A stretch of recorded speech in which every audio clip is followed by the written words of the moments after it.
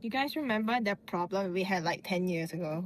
Gen AI? Yeah, about generative AI, like the creative industries. It was a big issue. Yeah, it was a great problem and caused many issues for creatives. Like digital artists, music artists, and voice actors were also affected. The biggest issue would be like they're not fairly attributed, like there's no compensation for these artists who like spend time and effort to like make these art. All this time and effort is just being fed into generative AI systems or like free labor that these systems are like learning from. I remember like when ChatGPT was first developed, a lot of people who started using it were like, oh wow, new technology. But when the hype died down, groups of people still out there just debating about creation and using prompts to like generate images, and then they call it AI art and they post it on like social media like Twitter. It's now known as X. They tag it as AI art.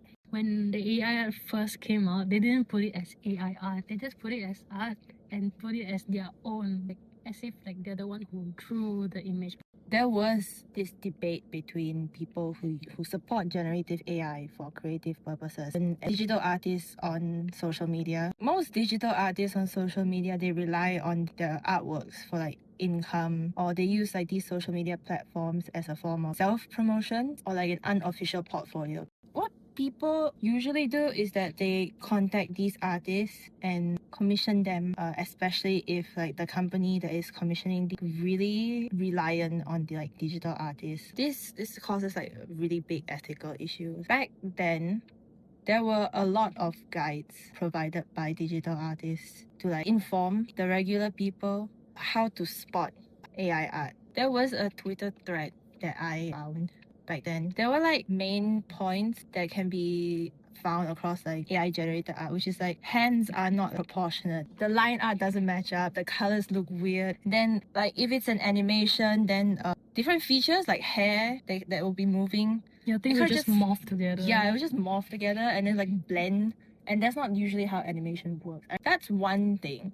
But because of all those guides, there were also like, I guess, debates between people who are not used to looking at digital artworks, who will start like blatantly accusing artists. Like, so yeah, after a while, what I noticed was that people start to like not support companies that use generative AI, especially like those companies that rely on digital art. I guess an example would be like this VTuber company, HoloLive. They had like a game and they were using generative AI for like their advertisements, and people did not like that. Artists determined that those people who continue to support generative AI for like their creative purposes are just using it like purely out of spite. They don't really like art, they just do it because it makes people angry. Back then, a growing number of social media platforms bring generative AI into like their app features. It makes it easier for people to feed human-made art into generative AI programs. I think time and effort is needed for everything. Like art is not a talent. You're not born with it. People just have to practice. And I think stronger copyright laws were needed to be enforced to like protect digital artists on social media platforms.